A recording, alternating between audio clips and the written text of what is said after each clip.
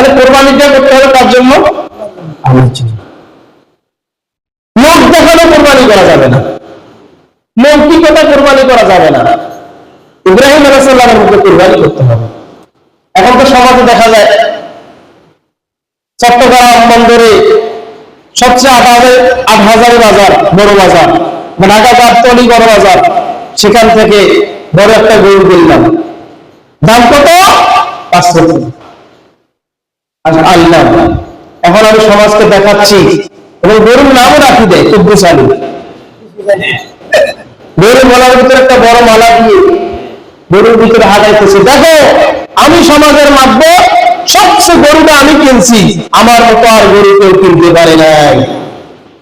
এরকম আসে না নাই? তার কোরবানিটা কি আল্লাহর জন্য না লোক দেখানোর জন্য? লোক দেখানো। এই যে লৌকিকতা, এরকম আসে না নাই? আসে। আবার দ্বিতীয় নম্বর ব্যক্তি দেখবেন কোরবানি করে মানুষকে খুশি করার জন্য। মেয়েকে বিয়ে দিছি, নতুন জামাই কি করবে, থাক না না থাক আমি কোরবানি করবো, এরকম লোক আসে না নাই? আসে। ৩ নম্বরে এমন এক ব্যক্তি পাবে যে কোরবানি করে গোশত খাওয়ার জন্য। সারা বছর তো আমি গোশত খাইতে পারি, অথচ কোরবানি বেশি নেয় ৩ মাস ৪ মাস গোশত রেখে আমি কি করবো? গোশত গুলো খাবো, কোরবানির গোশত গুলো খাবো, অসুবিধা নেই, কোরবানিও হলো গোশত খাওয়াও হলো। তাহলে এরকম কোরবানি কবুল হবে কিনা? কোরবানি কবুল হবে না। কোরবানি করতে হবে তার জন্য আল্লাহর জন্য। এত সহজ না।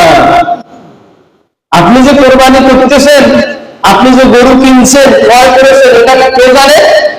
কার জন্য কিনছেন, কি জন্য দিবেন, সেটা আল্লাহ পাক ভালো জানে, ঠিক কিনা? তাহলে কোরবানিটা হতে হবে তার জন্য। আল্লাহ রাব্বুল আলামিন চলে বললেন যে আল্লাহ মানসিকাল ইয়াজকুরুল্লাহি আলাইহি, আমি যা চতুষ্পদ জানোয়ার দিয়েছি, রিজিক দিয়েছি, তা থেকে তুমি কি করো? তোমার জন্য কোরবানি ওয়াজিব হয়ে গেল, তুমি কোরবানি দাও, তা থেকে আহার করো। এই যে চতুষ্পদ জানোয়ার, যে গরু ছাগল, এগুলো আল্লাহ দেওয়া, এগুলো একটা রিজিক আমি দিলাম, তোমরা আহার করো, কোরবানি করো, আমি রিজিক দিলাম, আর এটাকে কি করিও না, অপচয় করিও না, কোরবানি করো। এটা একটা রিজিক। এই কোরবানিটা একটা কি রিজিক। তাহলে কোরবানির মাসালা হলো ১ নম্বর, কোরবানি দিতে হবে নিয়ত শুদ্ধ করতে হবে। নিয়ত কি করতে হবে? ১ নম্বর কোরবানির শর্ত হলো নিয়ত কি করতে হবে? শুদ্ধ করতে হবে, যে আমি কার জন্য কোরবানি দিচ্ছি। হালাল টাকা দিয়ে কোরবানি দিতে হবে। কি দিবেন?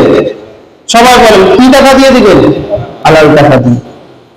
এখন দেখা যায় সমাজের মেজরিটি পার্সেন্ট মানুষ হালাল টাকা দিয়ে কোরবানি কি করে না। লোকে কি বলবে, আমার কোরবানি হোক বা না হোক, কোরবানি দিয়েই দিবে। কিন্তু ১ লাখ টাকা দিয়ে কোরবানি দিছে, পুরো ১ লাখ টাকার ভিতরে গন্ডগোল আছে না নাই?